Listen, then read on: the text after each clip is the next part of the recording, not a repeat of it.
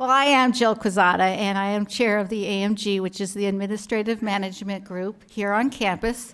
We are a group of dynamic individuals that sponsor events during the year, usually monthly, during the noontime, so that you can come to hear speakers or the author series, which are authors from the campus, and get to know other people from UCLA and network a little bit and improve your career development. So that's our main focus. We are here for you, and we appreciate that you're spending your time here today with us, because you can never get your time back, but you're going to spend it with us today, and it's going to be a great day because embracing change is upon us. So we hope that you will learn techniques to deal with that in a positive manner and take it back to your office and share it with your coworkers and friends.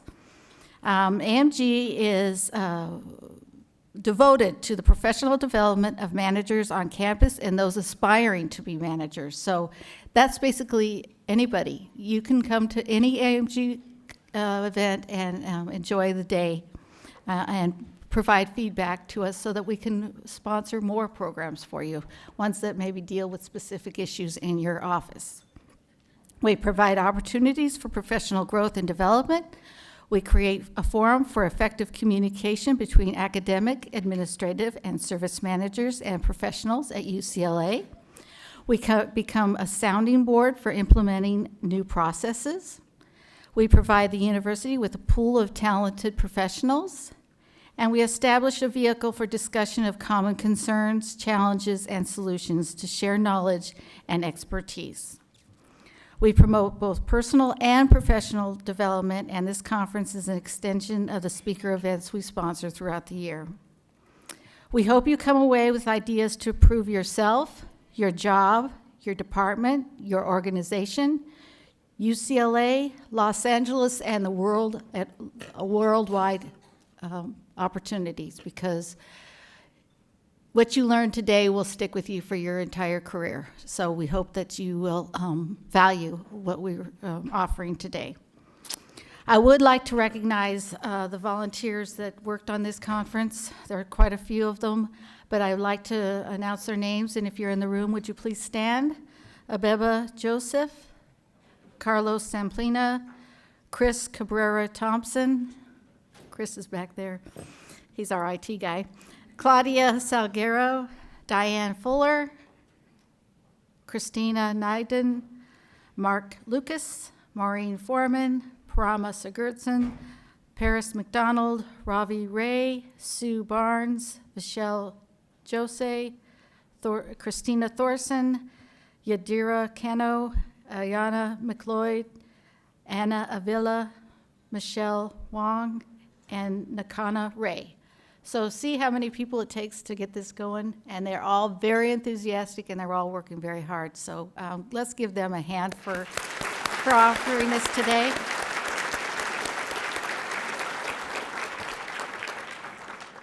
We do have many opportunities coming up. We have several programs coming. We do have our elections for the AMG coming up in May and June. So if you would like to be on the board, we encourage you to submit your nomination. We'd like to see you and be a part of this group, so that's coming up. We have our Excel Awards in May 23rd. Professor Hirschfield from the Anderson School will be speaking on May 29th. We are launching a new program, RAMP, or Research Administration Mentorship Program. That's coming up, so get involved with that. The announcement went out, and if you haven't received that, please sign up for our listserv, which is at amg.ucla.edu, and you'll get all the information. And we're going to be sponsoring another author series on June 12th. So please, please, please get involved. It's a great group of people. You make friends too, and you're not just colleagues, but you're friends. So it's wonderful. I see so many people I know now, and I never used to know very many people, so it's kind of fun. This conference would not take place without the generosity and leadership of Associate Vice Chancellor Luby Levin. Dr. Levin received her PhD and Master of Arts degrees from UC Berkeley and completed her undergraduate degree with great distinction at Stanford University. Her academic background includes serving on the faculty at Washington University in St. Louis. Luby has held positions at the UC Office of the President, including Assistant Vice President of Human Resources, where she did groundbreaking work in such areas as labor relations, policy incentive and recognition plans, diversity initiatives, and led efforts to restructure the human resource policy program. AVC Levin joined UCLA in 2002 as Assistant Vice Chancellor, and she was promoted to Associate Vice Chancellor in her current role in 2007. So she knows what it's like to advance your career and move up in the system at UCLA. She is responsible for providing strategic and policy leadership for a full range of human resource programs and policies at the campus. Her knowledge of the UC system is extensive and valued, as exemplified in her serving as Interim Chief Human Resource Officer for the UCLA Health System during 2014-2015. Luby is very personable, professional, and she is highly intelligent. She is concerned with the welfare of every UCLA employee, and she is exceptionally generous with her time and talent. Luby has developed a strong professional career, and she walks the talk by sponsoring both UCLA AMG and Staff Assembly, which benefit numerous professionals, both personally and professionally. This in turn benefits the UCLA community. I am exceptionally proud to call Luby my friend. She is a gracious, wonderful woman. She has spent a lot of her time helping us prepare for this conference, and we just really need to give her a big thank you. So would you please stand as I welcome Dr. Luby Levin, because this conference is inspired by her.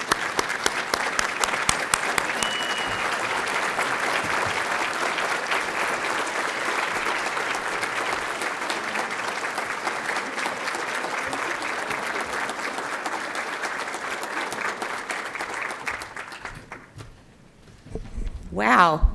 I don't think I've ever received an introduction like that. Thank you, Jill. That's fabulous. As I always tell everyone, being the sponsor of AMG and the Staff Assembly is among my favorite roles at the university. I actually also was sponsor of the system-wide Council of UC Staff Assemblies when I was at the Office of the President. So I think it's so critical to work with people throughout the campus. We could not be successful in human resources without the support, the action, the planning, the ideas of all of the staff. So if you have not yet participated in any AMG activities or staff assembly activities, please think about that. We want everyone to be engaged in what happens at UCLA, and that's one of the most enjoyable ways to do it. And as Jill said, to meet people and really become friends as well as colleagues. So I want to welcome all of you and really thank you for being proactive about your own development and being interested in joining us here today.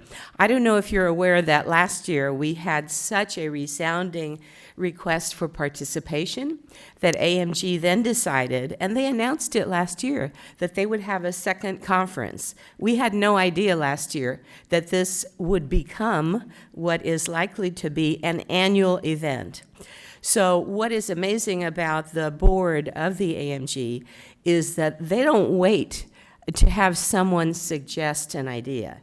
They are proactive. They go out there and they do it.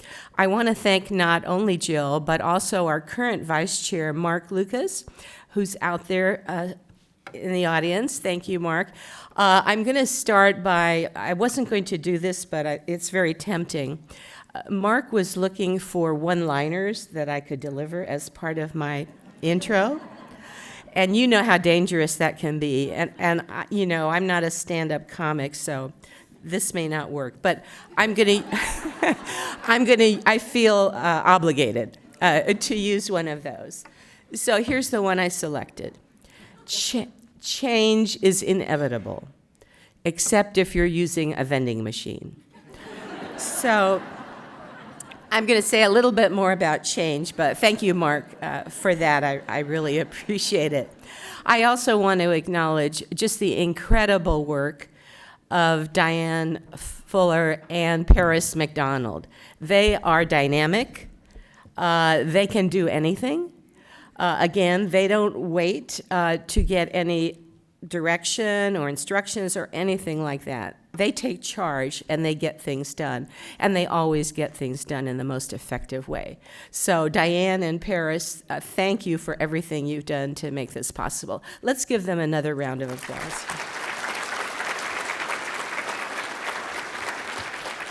And I also want to acknowledge many of you who are here are from departments who were so interested in this conference that they became sponsors, and I mean financially. There are 43 of those departments. If any of you are here from those departments, could you please stand, and we'd like to applaud you as well. Thank you so much. Great. Thank you. Wow. And more. Okay, excellent. Thank you for being here. We really appreciate it. So let me mention, why did we pick this particular theme, embracing change? And all of you know, UCLA is large, but it tends to be a very peaceful and stable environment. Not, okay? Just in case you haven't noticed that. We are immersed in change. We've been immersed in change, certainly ever since I got here in 2002. There have been wonderful opportunities. There have also been very challenging opportunities. I remember one, not too long after I was here, it was decided that the university would implement a furlough plan, right? Never done before. The whole system had to implement it. I remember being in Pauley Pavilion. How many of you, by the way, were here during that time? Okay, it looks like almost half. I don't know if you remember this, but I was asked to appear along with our chief financial officer at that time, Steve Olson, and our executive vice chancellor, Scott Waugh, at Pauley Pavilion to explain why we needed to do this. People were in seats all around the building, and it was quite challenging. We got through it, and with the goodwill and understanding of our employees, we're able to be successful, notwithstanding the real challenge there. That's only one example. So as I was preparing for this conference, I took a look at the org chart for UCLA about 5 years ago. And I saw many senior leadership roles with the term interim dean, interim vice chancellor, interim executive vice chancellor as well. So I mention this because change truly is constant. We have change today. We've been, I think, as a campus, extraordinarily successful in dealing with the change, but more and more is forthcoming, as all of you know. So the reason for this conference is that we really listen to you in formal surveys that we do every couple of years. Back in 2017, the Staff Assembly joined the Office of the President in doing a survey with all of our policy-covered employees, a random sample, and there was a question in the survey. What do you think about how the university has managed change? And although we did very well as a campus in many of the survey categories, difficult issues like performance management, we were in the 70s as a rating score. Other issues, career development, we were also in the 70s. In the category of working relationships, I think we were high in the 70s, but change management was our lowest. We were at 35%, and that is not unique to UCLA. The entire university was a bit surprised that employees, at least staff, thought that there was not enough opportunity to deal with change, to understand the change, to provide input, or communications about the change. So we took that to heart. The AMG, of course, being very proactive, jumped on that and said, let's have this conference built around change. So the word embrace is really important because we're going to see more and more change. We've had major projects system-wide, Do I dare mention UC Path? Okay. That's just one example. And of course, on the campus, we have the Ascend project, which is also extremely important in terms of the financial management system. So I welcome you this morning.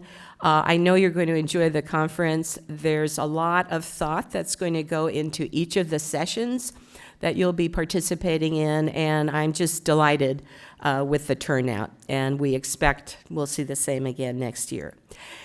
Now it's my pleasure to introduce someone who has been a supporter and champion of staff development, leadership development, career development, you name it. My boss, Michael Beck, is here with us to give a brief welcome this morning. Michael is willing to do virtually anything we ask him to do, and he's the kind of leader who actually, at the end, I don't know if he does this with others, but in my one-on-one meetings with him, at the end of the meeting, he always says, "Luby, how can I help you?"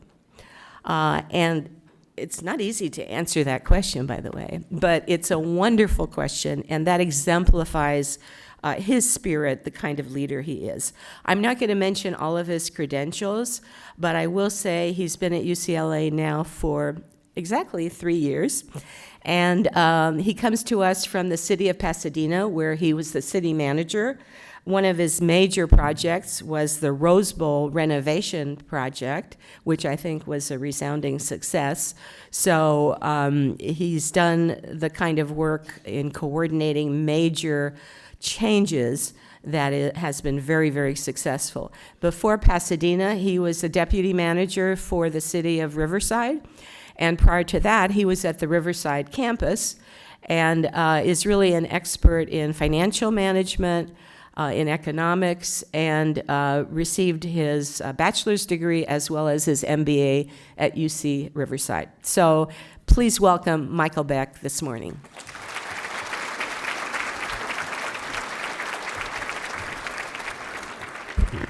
Good morning. It's actually great to see so many people here this morning for this important conference. And when we think about it, UCLA offers so many wonderful opportunities for your personal and professional growth.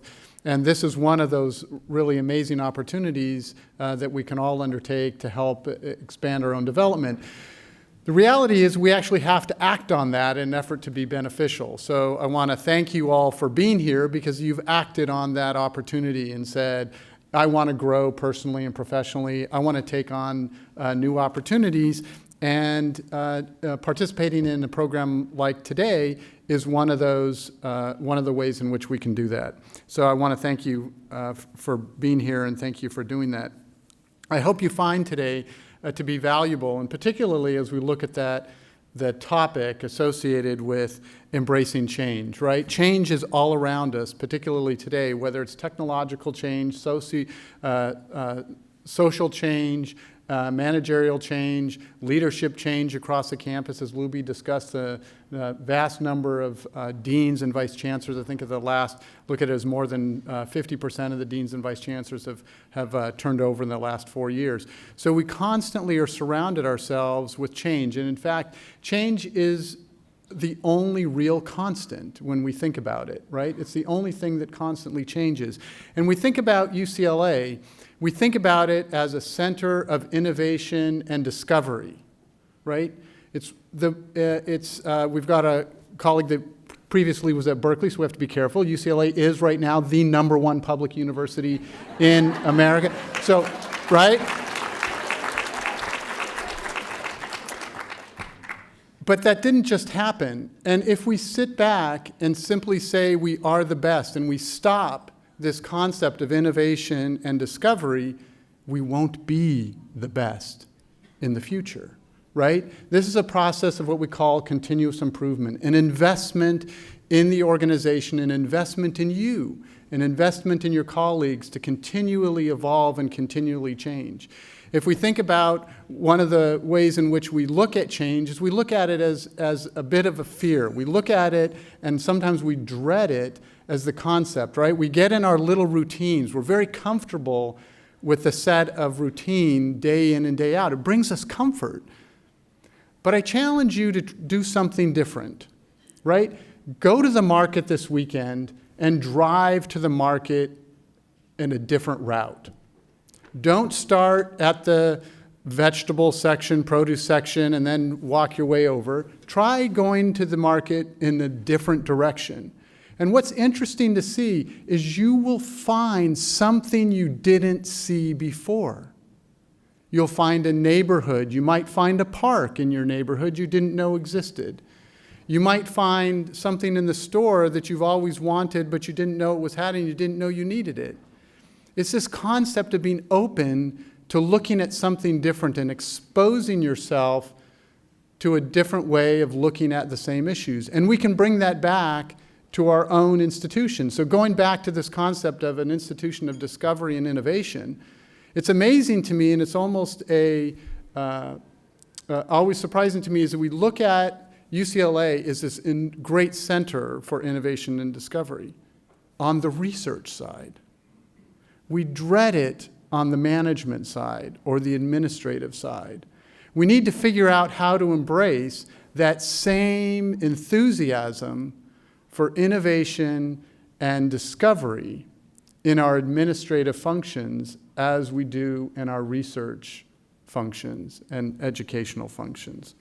So I have a little quote. Those of you who know me know that I love to include a quote in things that I say, and it's from physicist William Pollard, and it says, "Learning and innovation go hand in hand. The arrogance of success is to think that what you did yesterday will be sufficient for tomorrow." The world around us is changing. So the challenge for us today is not how we're going to fear that change. It's how we're going to embrace that change and how we're going to become part of that change in a positive way and figure out how to manage that and contribute the change in our own concepts and bring change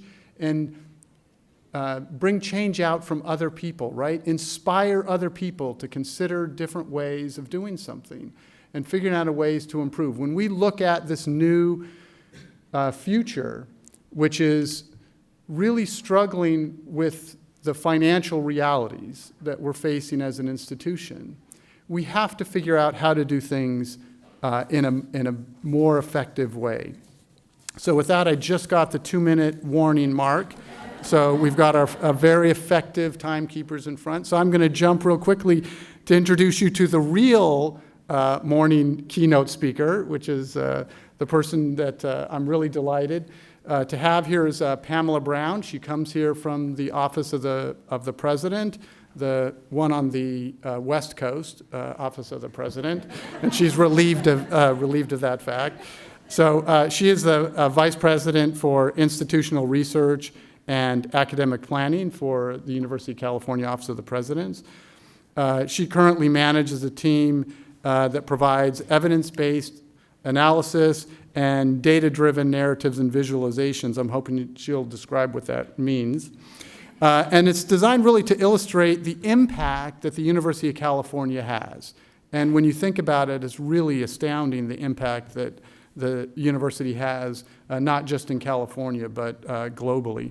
Her team conducts numerous surveys and produces reports to advance the strategic and academic planning efforts of the University of California. They address legislative requests and support assessments and promote transparency efforts. Prior to joining UCOP, Pamela worked 16 years at the University of California, Berkeley, back when they used to be number one. Sorry. That's nice. And she was at Berkeley. Her last role at Berkeley was the executive director of Office of Planning and Analysis.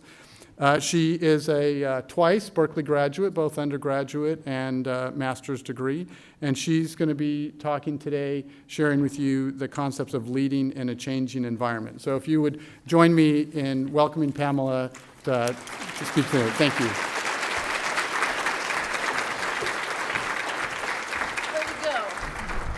All right, let me see. Oh, nicely. That worked out well. So thank you very much. I am honored to be here today, and it's a great group here, and you have a wonderful day ahead of you. So it's an honor to kick you off. I appreciated the introduction, even though I got the little sparring on the Cal stuff. There's one little bit of my bio that's sort of on the unofficial side, which is I've been married 3 times, yet to the same woman. So Shauna and I, we had a commitment ceremony back in 1999. We couldn't get a marriage license at that point, so what we did was we got a ketubah, which is a Jewish wedding document, and then we made it Quaker, which meant we had everybody who came to the ceremony sign it, and they were witnesses that we were committed to one another. And then after that, in 2004, Mayor Gavin Newsom, now Governor Newsom, opened the doors of San Francisco City Hall and let us come in to get married there. We had heard about it the night before and thought that the courts were going to shut this down. So Shauna and I got up at 5:30 in the morning, got in the car, drove over to the city, no traffic then, which is great, and we figured we'd be like one of the first in line, but there were already 100 couples there. And by the time they opened the doors that morning, there were hundreds more behind us. And we got to go in, get a license. We're spouses for life, and that was amazing. And then we start this emotional roller coaster, right? The licenses are ruled invalid. We go to the courts. The California Supreme Court rules that same-sex couples have the right to marry. Another wedding. So we get married again. This time we did it on the Berkeley campus because Shauna and I are both Cal alums, and the chancellor there had been very supportive of us through this ordeal. And so we got married at the faculty club, brought our families back together again, and did it one more time. And then there was Proposition 8. So I like wedding cake. But after a while, that gets really old. So I decided I had to do something, and I volunteered for a ragtag grassroots organization called Marriage Equality USA. I am a data chick, and so I thought that my goal was going to be I'm going to analyze polling, I'm going to put together fact sheets, I'm going to empower people with numbers. I think they liked me because I had a Subaru, and you can shove a lot into it when you got to go to it. But one of the pieces that I remember in my mind, and I talked about a lot, is that there was one couple that would come to every rally that we had, Frank and Joe. And in grassroots organizing, which I think is really, really hard, that's priceless. And Frank belonged to a union and wanted to be able to have protections for his family. But the union didn't provide it. And he had gone several times when they were domestic partners and other places to ask for benefits and had been denied. So they had gotten married, and they were going back to the board to request it again. And I said, I'm going to put together the best topic brief I've ever written. And so I did all this research about unions and support of domestic partners and married couples, and I found this quote that says, "An injury to one is an injury to all," and that was a motto that the union had. And so I laid out Frank and Joe's story. I laid out that motto, and I talked about how denying them the benefits for their family was injuring them, and therefore it was violating the values of the union. And then I listed all of the other unions that already provided benefits. And they went in, and then they got coverage. And so, yes. Now, I'd love to think it was my topic brief, but I'm pretty sure it was their story. But for me, it felt extremely empowering. And I share this story with you as an overshare and a way to come out, because that's what we always do, is because it completely changed the way that I approached my work. I'm an institutional researcher. I do stats. And I realize that math is a 4-letter word. Many people are afraid of those things.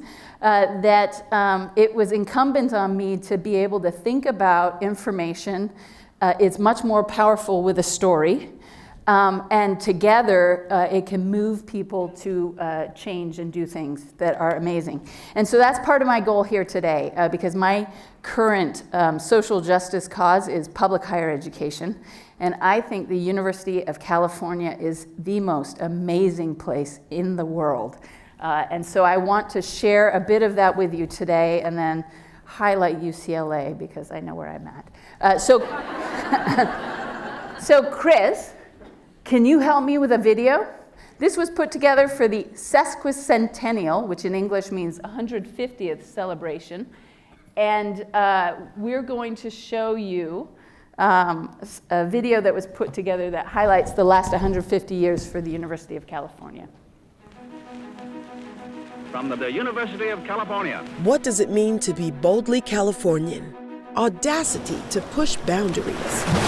Courage to stand up. And you've got to put your bodies upon the gears and upon the wheels, and you've got to make it stop. Imagination to build visionary new worlds. But there's more. What else can we imagine? A pioneering spirit. And liftoff. Ride, Sally, ride. Exploring the unknown. Vibrant. Thoughtful. I mean, that's incredible. Awe-inspiring. Stop that landing. Yes, she did. Curiosity to ask new questions, wherever they may lead. We're curious people. We want to know why things happen the way they do. For 150 years, Remarkable. California and the University of California have defined what it means to be bold. If California can't save the world, I don't know who can. Growing new industries and expanding education for everyone. We believe in you. Solving the world's toughest problems for the public good. Every day we save lives. With the promise of a bright future. How could we actually use this science to make the world different? We are boldly Californian. We are the University of California.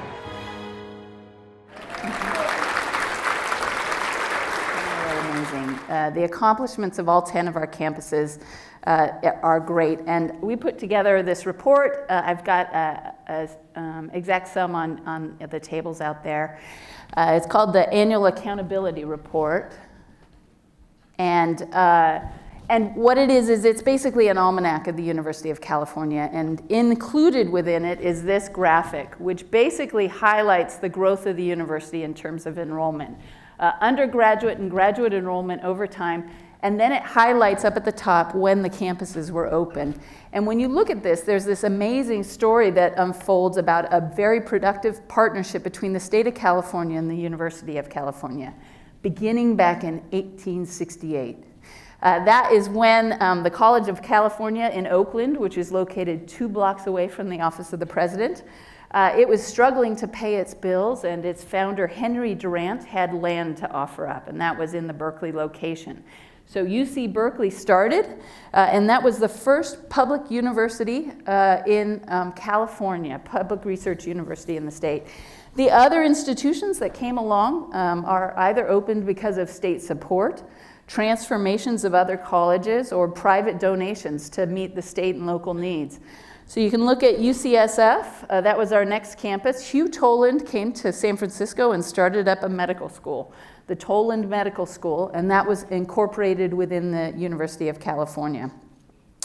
For both UCLA and Santa Barbara, they started off as teaching colleges that were converted into being UC campuses. And then as a land-grant institution, the next two campuses that we have, UC Davis and UC Riverside, they started off because of the agricultural needs of the state. There was a university farm bill in 1905 and the Riverside Citrus Experiment Station in 1907. Both of those were the cornerstones of those campuses that opened under Governor Warren. And then under Governor Brown's leadership, and that's Pat Brown's leadership, we had 3 more UC campuses, UC Santa Cruz, UC San Diego, and UC Irvine. And those were all open to address the baby boomers that were getting ready to come to college. And so they focused on opening those. One of the things about the Irvine campus that I thought was interesting is they were building the town at the time. And the Irvine company that was responsible for that donated 1,000 acres of land because they wanted to have a UC campus be the cornerstone of their city, which illustrates how important it was. And then in 2005, we have UC Merced. It opens up. It's the first public research university in the 21st century. It is the fastest one to become a Research 2 institution. So what started off at the beginning with 1 campus and 40 students is now a system of 10 campuses, over 270,000 students, and we have more than 2 million alumni. In addition to that, we have 5 medical centers, 6 medical schools, and 3 national research labs, 2 of which are in the state of California. And so, do I point it this way? There we go. Went too far. So we have this teaching, research, and public service mission. And so when we look at the teaching side, we can think about the students that we've educated. We began off, and this group of gentlemen up at the top are the first graduating class. They were called the 12 Apostles. One was a governor, one became a congressman, a mayor, a bank president, 2 UC regents, a businessman, an attorney, an engineer, a math prof, a clergyman, and a rancher. And while the University of California started off and it was all white and male, it changed relatively quickly. The picture down there in the lower left-hand corner is the Berkeley campus. And women started to be enrolled 2 years after the university opened. So in 1870. That was about 20 years before Stanford admitted any women, and Columbia and Yale didn't open it up to women until the late 20th century. So the University of California was early on. And then there's a picture there of a young gentleman. I don't know if anybody in the room knows who that is. That's Ralph Bunche. He is a UCLA grad. He was a valedictorian back in 1927. He went on to win a Nobel Peace Prize for mediation in Palestine. He was the first African American and the first person of color to ever receive such an honor, and a real pride for both UCLA and for the system. And then we continued to seek to be as diverse as the state as itself. Today we have 5 UC campuses that are Hispanic serving institutions and others that are working to meet that classification, and more than 40% of our students are the first in their family to go to college.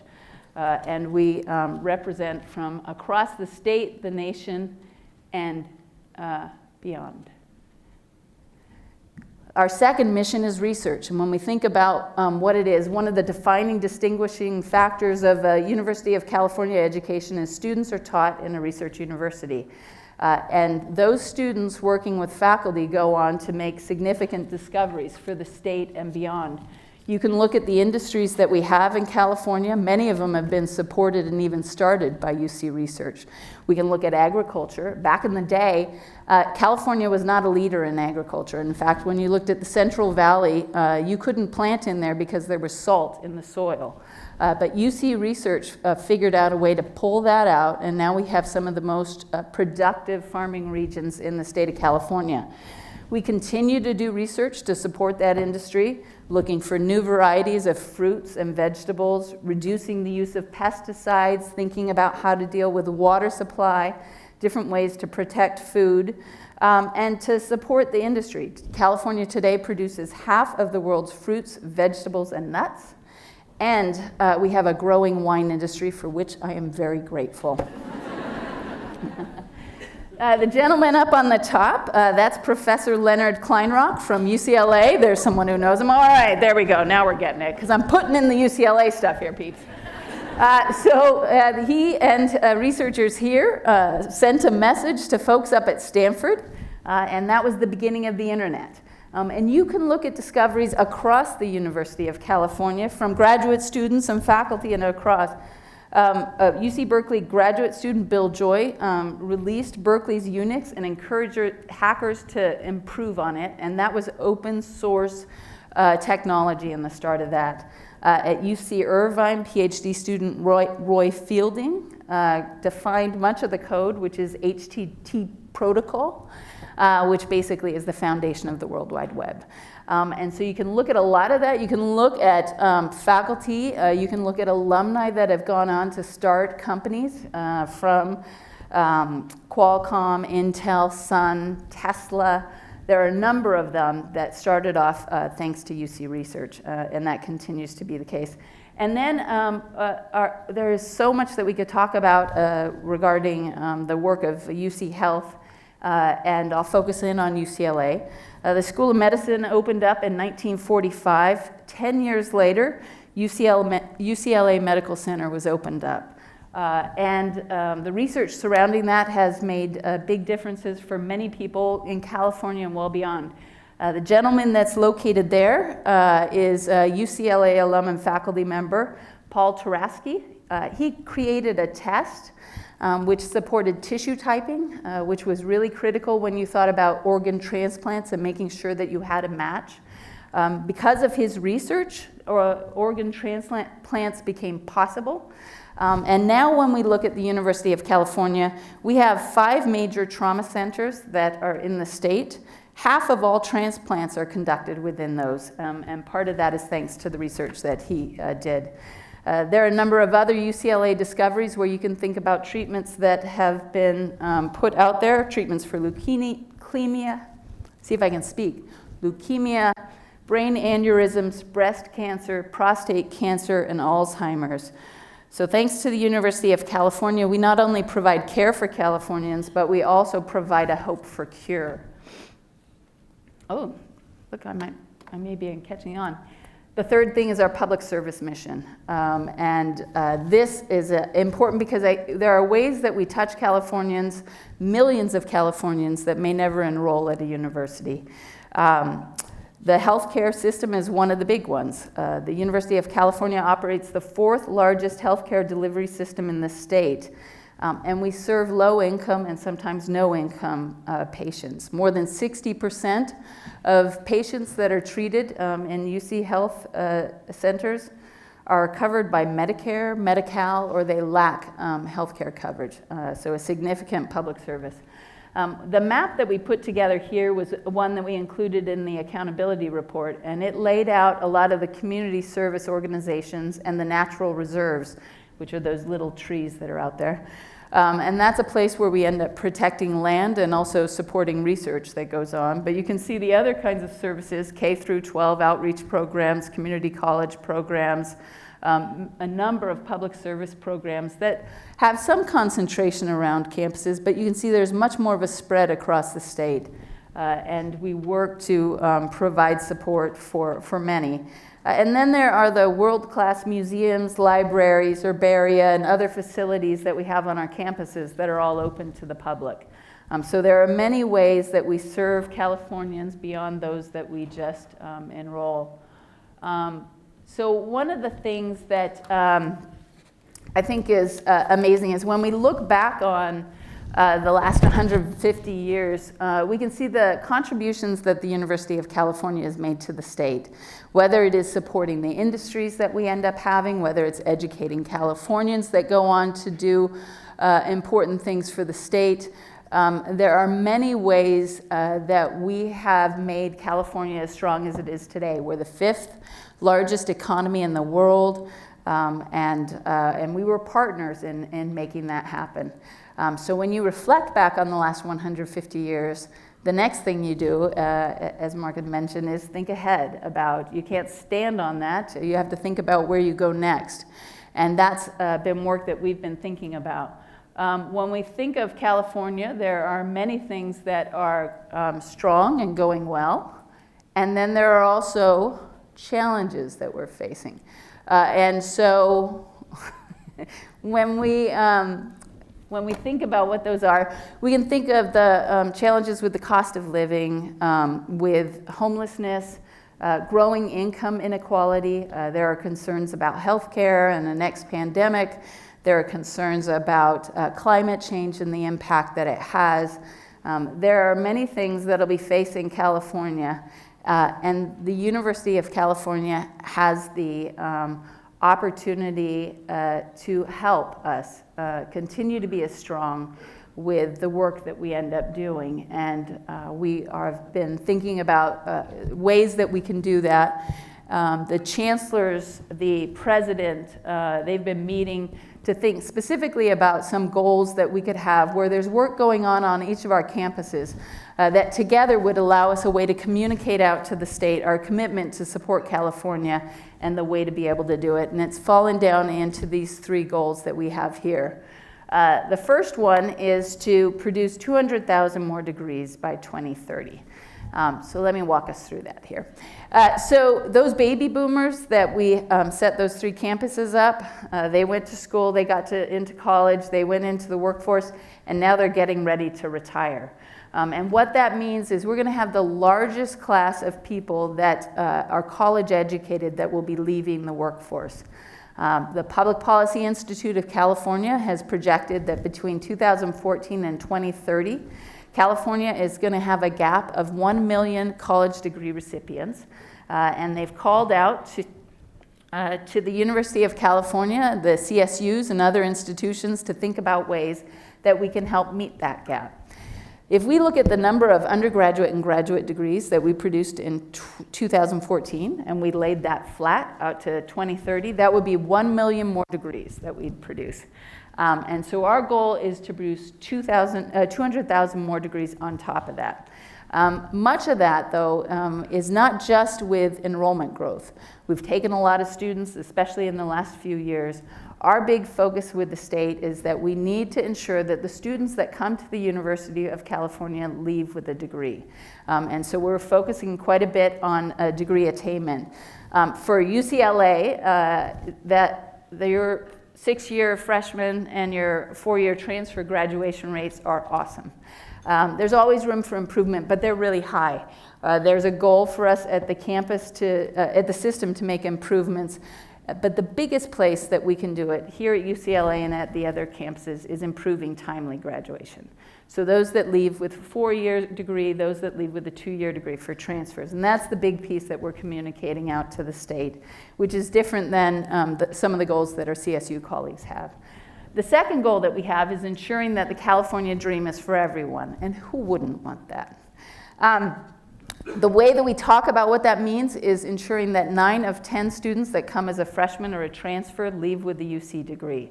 For transfers, we're actually really quite close on that. For freshmen, there's a little bit more work that we need to do. But the main goal that we have within here is eliminating gaps, especially gaps in timely graduation for underrepresented students, for Pell Grant recipients, and then for first-generation students. Also eliminating gaps when it comes to going on to graduate school. We can see that almost today having a graduate degree is as important as having an undergraduate degree was in the past. And so we want to make sure that those opportunities are there. And in part what that does is it helps us expand the pathway for those that might consider joining the professoriate. Because when we look at the third goal, which is investing in the next generation of faculty and research, part of what we want to do is ensure that the faculty on our campuses better reflect the diversity of the state of California, that we conduct research that allows us to address these challenges that we've talked about and look at it from the variety of perspectives that we end up having.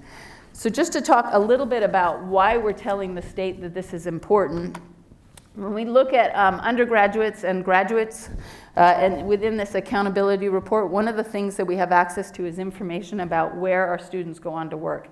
And UC graduates go on into some of the key industries in the state of California that are going to be growing and important for the state. Whether we look at education, healthcare, information technology. When we look at the undergraduate side, many of our students go on to work in those industries. Same is true on the graduate side. About 75% of the PhDs in STEM fields are from the University of California. There are certain places, particularly on the healthcare side, when we look at upcoming needs for the state, where we can make key contributions. Lawyers are becoming even more important these days, I have to tell you. And then business leaders that are there. So there are key workforce needs where the University of California has really played a key role. But oftentimes what's been happening is that there's been a private focus to getting a degree. And there hasn't been a recognition about the public benefits of doing that. So we've been talking quite a bit about not only is having a college degree important for individuals to be able to be employed, but there's a benefit that comes back to the state when you think about the taxable earnings that they provide and the contributions that are made. And we have data to back that up.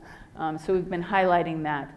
And then the third thing, we are really trying to get a focus not just on undergraduate growth, but on graduate growth and graduate degree attainment, which hasn't had the same kind of focus with the state that the undergraduates have.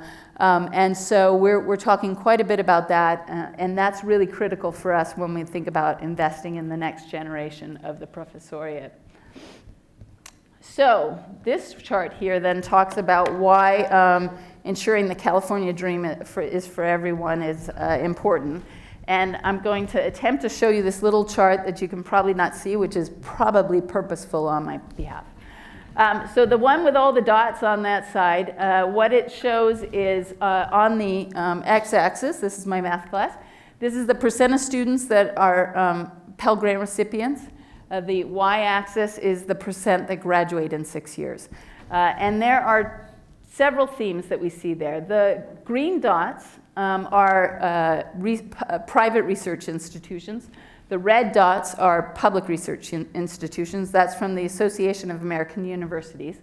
The yellow dots are California State Universities, and then go blue is all of us at the University of California. And it shows two main things. One of them is that for other research universities, they tend to enroll fewer Pell Grant recipients, and some of them have higher graduation rates, some of them don't. But access is not a big thing when it comes to providing lower income students access to a degree. There's a difference within California, and you can see that we enroll a higher proportion of students that are Pell Grant recipients. And for the University of California, our graduation rates tend to be quite high. So the New York Times has pointed this out. They've called the University of California the state's upward mobility machine. And one of the things is really important is that we know that when our Pell Grant recipients go on to get a degree, within 5 years they end up earning more than their parents did. And then that continues to grow.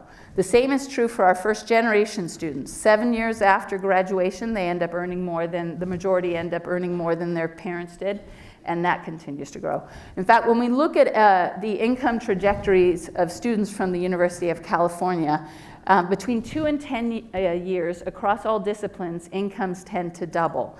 And so you can see when you compare it to other institutions, the income trajectory for our students is higher, and I think part of it has to do with the way that we end up educating our students to be able to continue to evolve and learn and change, which is our theme here today. The third piece here is that we've noticed, and we have more information about graduate degree attainment and what's important about that, and the effect that it ends up having on students and their income trajectory, which makes sense in some cases. Those that go on to get a graduate degree tend to earn more than those that don't. And so now we're looking at who does. And so Chris is going to help me out here. We're going to show you one of the dashboards that we have in our UC Information Center. This is an interactive Tableau website that we've put together that includes information about the university and all of the campuses.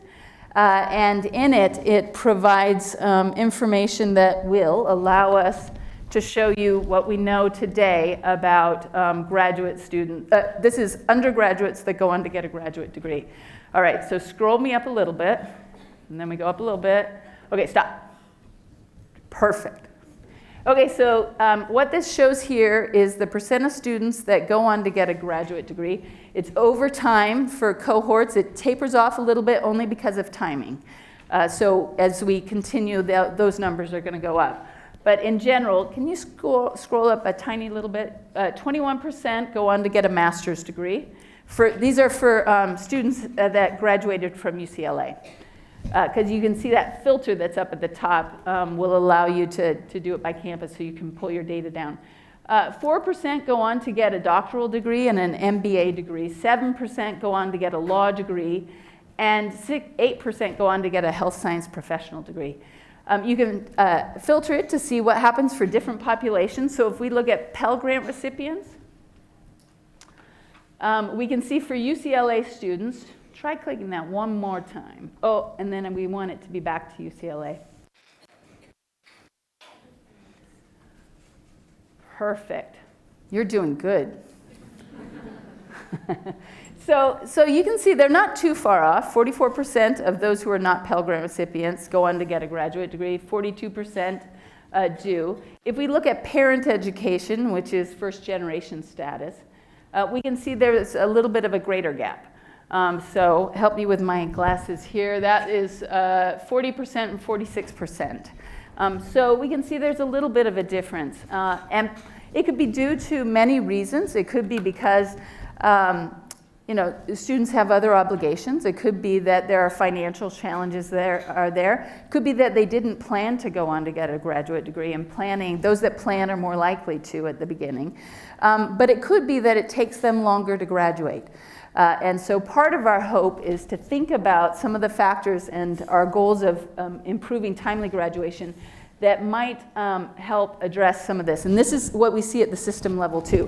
When we look at earnings for those that are first generation students and those that are non-first generation students, this is a technical math chart here, they are exactly the same until about year 5 when it starts there's a gap that's there. And we think that gap in part is due to the differences in those that end up going on to get a graduate degree. Okay, so now we're going to flip back to the chart and we'll talk about what we're saying on the research side. And with that, what we're emphasizing with it is we want to be able to grow the faculty. Look at that. In part. And in doing that, there's a return on investment to the state. So we talked about the research that happens and the benefits that come from it. In addition to that, when you hire research faculty, they bring dollars into California. We have about $4.5 billion in research expenditures. More than half of that comes from outside the state into the state. And it creates jobs, and it also creates local spend, which is what we put in this information infographic that we have here. The shading on the chart by county is highlighting where research dollars are spent. There are tiny, tiny little black dots that I've set that way so you can't see them.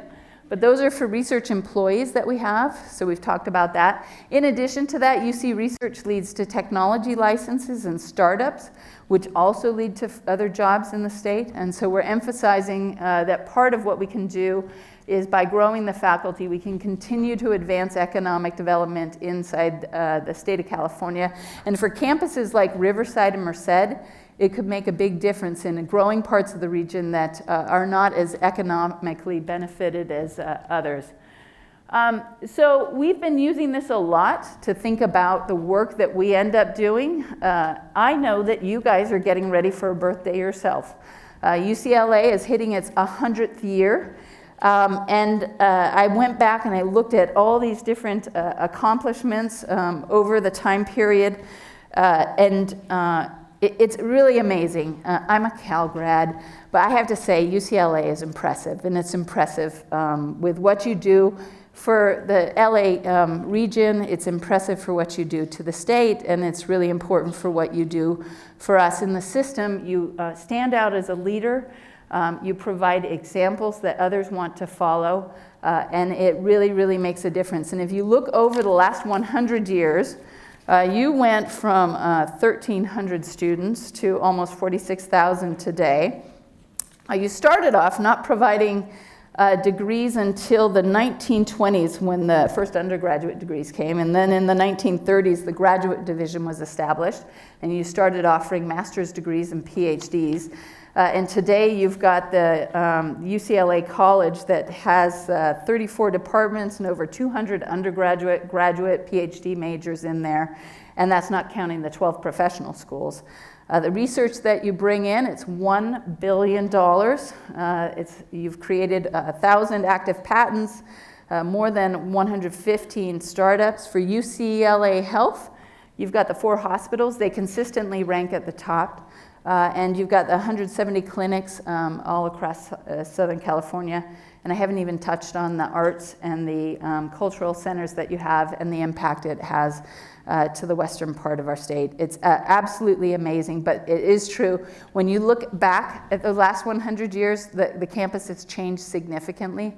And to be able to continue to perform in the way that you do and make contributions to California, which are desperately needed, not just for California, but for the nation. I think we're leading in many different ways. Your work is really key, and I'm grateful for it. So there are, I look at you all as leaders, and I think about some of the work that I do and how you try to inspire others to do to continue to change and evolve. And it's totally true that it's routine is nice and change is hard, and it is what we do. I had dozens of things that I was going to show you. I was all over that Optimist website that you end up having. It's just fabulous. I fall for all of that stuff. It's like a hallmark moment for me. So there are a whole bunch of those. But then along came Caitlin Ohashi. And how many people have seen this video? That's very good, because it should be required viewing. I'm going to make you do it again, and then when you watch it, what I want you to do is I want you to watch her teammates on the side. And, okay? All right.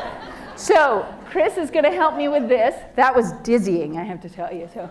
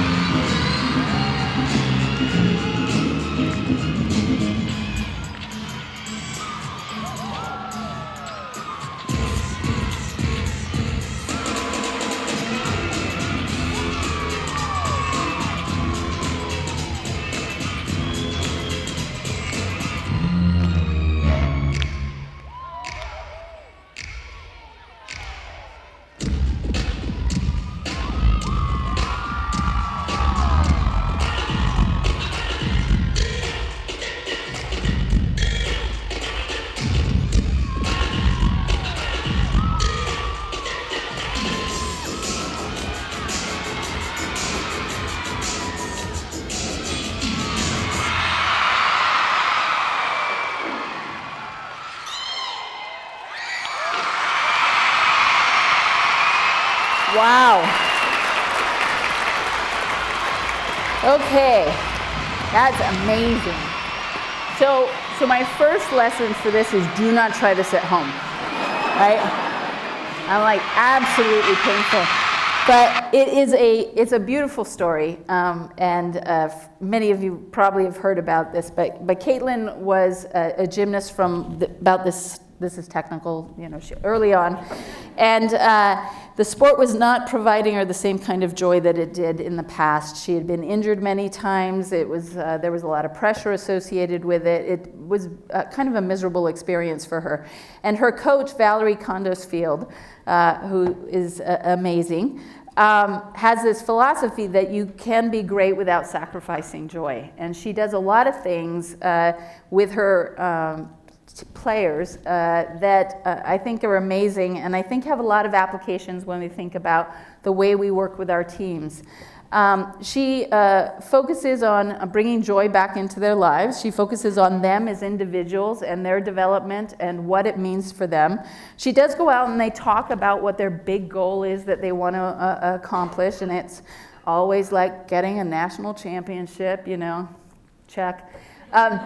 But she says when they set that goal, they make the process bigger than that goal, that they think a lot about the development of each of them as individuals and what that means, how their days go. Are you kind to others? Are you learning from yourself? Are you doing different things that benefit you as an individual? And along the way, are you making progress with it? Which I think is so important when we think about our staff. And these kinds of events, I think, are wonderful because we all have goals that we're working to achieve. And being able to do so and do so in a way where we're developing the folks that work with us, I think is really critical because it brings them the kind of joy that you see here where they feel more as a full individual and able to get to where they are. The other thing that I really love about it is that you saw all the players, the other gymnasts on the side who were doing exactly what she was doing, which I won't repeat because I might get dizzy. But she has them do one another's routines. So they practice them all, which I kind of related that to being like cross-training and bench strength. So work with me on this here. But part of it is that, you know, if they perform one another's routines, you really kind of understand it in a way where you can talk about what that means. And she's really created an environment that's been extremely successful. But I think it's wonderful. It's one of many, many examples that you have that really highlight what UCLA does and how important it is. The last one that I'm going to leave you with is our office does this UC Undergraduate Experience Survey, UQs as we call it. And the last question that we had in the survey this year was, what was your most memorable experience that you had on the campus? So I looked at the responses for UCLA and the ones that related to staff, and I have to tell you there were hundreds of them that were included in there. So I've just pulled one of them out, and it says, this person says, the most meaningful experience that I have had at UCLA is meeting the new people from all walks of life, including students, professors, as well as the UCLA staff. Sharing and exchanging points of view of a lot of things shaped my perspective on life. As an international student, I feel that UCLA completely changed my view of the world, especially in this diverse country. Go Bruins. So, with that, I want to thank you from the bottom of my heart for all that you do. I think this illustrates that sometimes you don't know the impact that you have on others, but I can see it, and I'm really grateful for it, and I wish you a very, very successful day today, and thank you again.